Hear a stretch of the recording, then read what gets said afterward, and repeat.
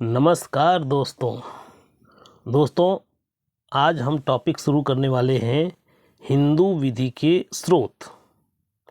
ये हिंदू विधि के स्रोत, इसके पहले हमने आपको हिंदू कौन है ये बता दिया है। तो अगर आपने उस वीडियो को नहीं देखा है तो देख लीजिए। उसमें आपको हिंदू विधि का जो पहला टॉपिक है कि हिंदू कौन है, बीडीसी सीडी क्या होता है, वो मैंने आपको वहाँ पर उस वीडियो में बताया है। आप वहाँ पर जाकर देख लीजिए। आज का टॉपिक है हिंदू विधि के स्रोत। तो सबसे पहली चीज़ कि हिंदू विधि के स्रोत का मतलब क्या होता है। तो हिंदू विधि के स्रोत को जानने के पहले आपको स्रोत क्या होता है ये जानना होगा। ये स्रोत शब्द का शाब्दिक अर्थ उत्पत्ति अथवा उद्गम होता है। स्रोत का मतलब उत्पत्ति एवं उद्गम होता है।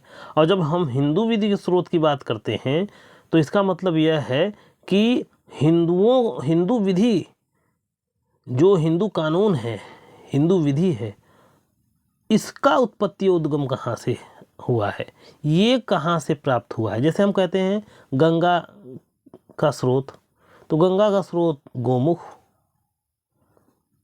उसी गोमुख से आई है गंगा। उसी तरीके से वो किताबें, वो प्रथाएं, वो व्यवस्थाएं जहाँ से हिंदू विधि का जन्म हुआ है, उसी को कहते हैं हिंदू विधि का स्रोत। जहाँ तक हिंदू विधि के स्रोत का सवाल है दोस्तों, हिंदू विधि के स्रोत को आप दो भागों में बांट सकते हैं। एक है प्राचीन स्रोत और एक है आधुनिक स्रोत। प्राचीन स्रोत में क्या आता है?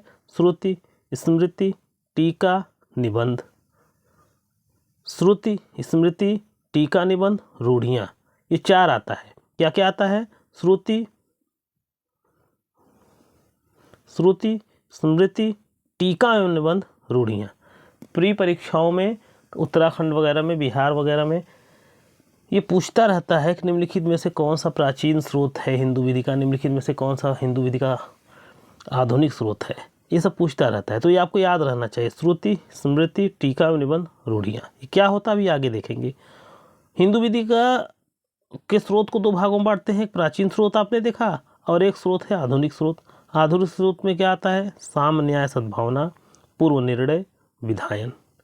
तो हिंदू विधि के स्रोत को दो भागों में बांटते हैं, प्राचीन स्रोत और आधुनिक स्रोत। प्राचीन स्रोत के अंतर्गत श्रुति, स्मृति, टीका और निबंध, रूढ़ियाँ आती हैं, और आधुनिक स्रोत के अंतर्गत साम्य, न्याय, सद्विवेक और पूर्व निर्णय और विधायन आते हैं। अब बारी बारी से देखेंगे सबके बारे में कि ये श्रुति क्या होता है, स्मृति क्या होता है, टीका निबंध क्या होता है, रूढ़ियाँ क्या होती हैं, साम्य न्याय, पूर्व निर्णय, विधायन, ये हिंदू विधि के स्रोत तो हैं। ये होते क्या हैं? तो आइए शुरू करते हैं। देखिए, हिंदू विधि के प्राचीन स्रोत में सबसे बड़ा स्रोत है श्रुति। श्रुति का मतलब होता है श्रवण किया हुआ, अर्थात ईश्वर की वह वाणी जो हमारे ऋषि मुनियों ने श्रवण की और हमें दी, उसी को क्या कहते हैं? श्रुति। श्रुति का दूसरा नाम वेद है। वेद को भी मैंने बताया है कि वेद भी विद धातु से निकला है, जिसका मतलब होता है जानना। जीवन, जगत, ईश्वर, मरण, इन्हीं सब चीज़ों के बारे में जानना वेद है। वेद के संकलनकर्ता कौन है? वहाँ वेद के रचयिता कभी नहीं बोला जाता। वेद के संकलनकर्ता कौन है? तो महर्षि कृष्ण द्वैपायन वेद व्यास हैं। तो महर्षि कृष्ण द्वैपायन वेद व्यास वेदों के संकलनकर्ता हैं। संकलनकर्ता का मतलब ये है कि ईश्वर की वह वाणी जो उन्होंने सुनी थी उसको संकलित की और संकलित करके जिस बुक में रख दिया उसको वेद कहते हैं। आप वेदों के बारे में जानते होंगे, ऋग्वेद, सामवेद, यजुर्वेद, अथर्ववेद, ये हमारे चार वेद हैं। ये सब हिंदू विधि के स्रोत के रूप में, श्रुति के रूप में मान्यता प्राप्त हैं। हालांकि वेदों का महत्व थोड़ा कम जरूर हुआ है दोस्तों, लेकिन आज भी वेद हिंदू विधि के प्रमुख स्रोतों में माने जाते हैं। उसके बाद अगला स्रोत है स्मृति। हिंदू विधि का अगला स्रोत है स्मृति। कुछ चीज़ों को तो हमने सुना, ऋषि मुनियों ने सुना, हमको दे दिया, वो श्रुति साहित्य के रूप में, वेदों के रूप में हमारे पास उपलब्ध हैं। वो हिंदू विधि के प्रमुख स्रोत बने हुए हैं। इसके साथ ही कुछ बात जो हमने देवी देवताओं की वो बात हमने सुनी, ऋषि मुनियों ने सुना, लेकिन वो उनके स्मृति पटल पर बना रहा और उन्होंने बताया, जो आगे की पीढ़ियों की स्मृति पटल पर बना रहा। उसी स्मृति पटल पे जो बनी हुई कुछ नियम, कानून, कायदे थे, उन्हीं को धर्मसूत्र और धर्मशास्त्रों में संकलित कर दिया गया, वो हमारे स्मृति के रूप में मान्यता प्राप्त हैं। तो धर्मसूत्र और धर्मशास्त्र को इसलिए स्मृति साहित्य कहा जाता है। अगला है टीका और निबंध। टीका और निबंध का मतलब होता है दोस्तों, टीका का मतलब होता है, टीकाएं वे हैं जिसमें किसी विशेष स्मृति की टीका की गई है। यानी कुछ बातें ऐसी थी जो ऋषि मुनियों पर थी, वो ऋषि मुनियों ने स्मृति के आधार पर हमको दी थी, लेकिन कुछ विशेष स्मृति पर विशेष प्रकार की टिप्पणी की गई है, टीका की गई है, उसको टीका और निबंध कहते हैं। जैसे मनुस्मृति पर सबसे ज़्यादा टीकाएँ लिखी गई हैं, वो याज्ञवल्क्य स्मृति पर टीकाएँ लिखी गई हैं। तो ये स्मृति, मनुस्मृति और याज्ञवल्क्य स्मृति, टीका और निबंध, मनुस्मृति और याज्ञवल्क्य स्मृति, ये टीका और निबंध का उदाहरण है। उसके बाद अगला आता है रूढ़ियाँ। हिंदू विधि के स्रोत के रूप में जो प्राचीन स्रोत हैं उसमें रूढ़ियाँ भी प्राचीन स्रोत के रूप में हैं। रूढ़ियों का महत्व आप जानते हैं हमेशा से रहा है। पुराने समय से जो रूढ़ियाँ एवं प्रथाएँ चली आ रही थी, जिनका पालन किसी निश्चित परिवार के लोग, किसी समुदाय के लोग करते चले आ रहे थे, वह हिंदू विधि का एक स्रोत बन गया, एक स्रोत माना गया, जिसका सहारा लेकर न्यायालय आज भी निर्णय देते हैं। यानी रूढ़ के आधार पर भी हिंदू विधि में न्यायालय निर्णय देता है। अब बशर्ते रूढ़ की जो आवश्यक तत्व हैं, हर रूढ़ी को हिंदू विधि का स्रोत नहीं माना जाएगा, उसी रूढ़ या प्रथा को हिंदू विधि का स्रोत माना जाएगा जो प्राचीन होगा, प्राचीन काल से निरंतर चला आ रहा होगा, यानी निरंतरता होगा, युक्त होगा, रिजनेबल होगा, निश्चितता होगी उसमें, नैतिकता होगी उसमें, वही रूढ़ियाँ जो है वो विधि मानी जाएंगी हिंदू विधि की।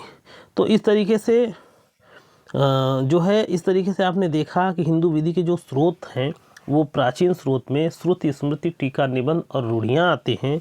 उसी तरीके से आधुनिक स्रोत क्या होता है? आधुनिक स्रोत ये साम्य न्याय सद्भावना है।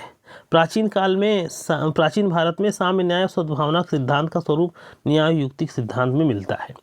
गौतम के अनुसार जिस विषय पर विधि का नियम का अभाव है, देखिए ध्यान दीजिए, उन्होंने पहले ही कह दिया, जिस पर विधि के नियम का अभाव है वहीं हिंदू विधि के स्रोत में मान्यता प्राप्त किसको किया गया है? साम्य न्याय सद्विवेक है।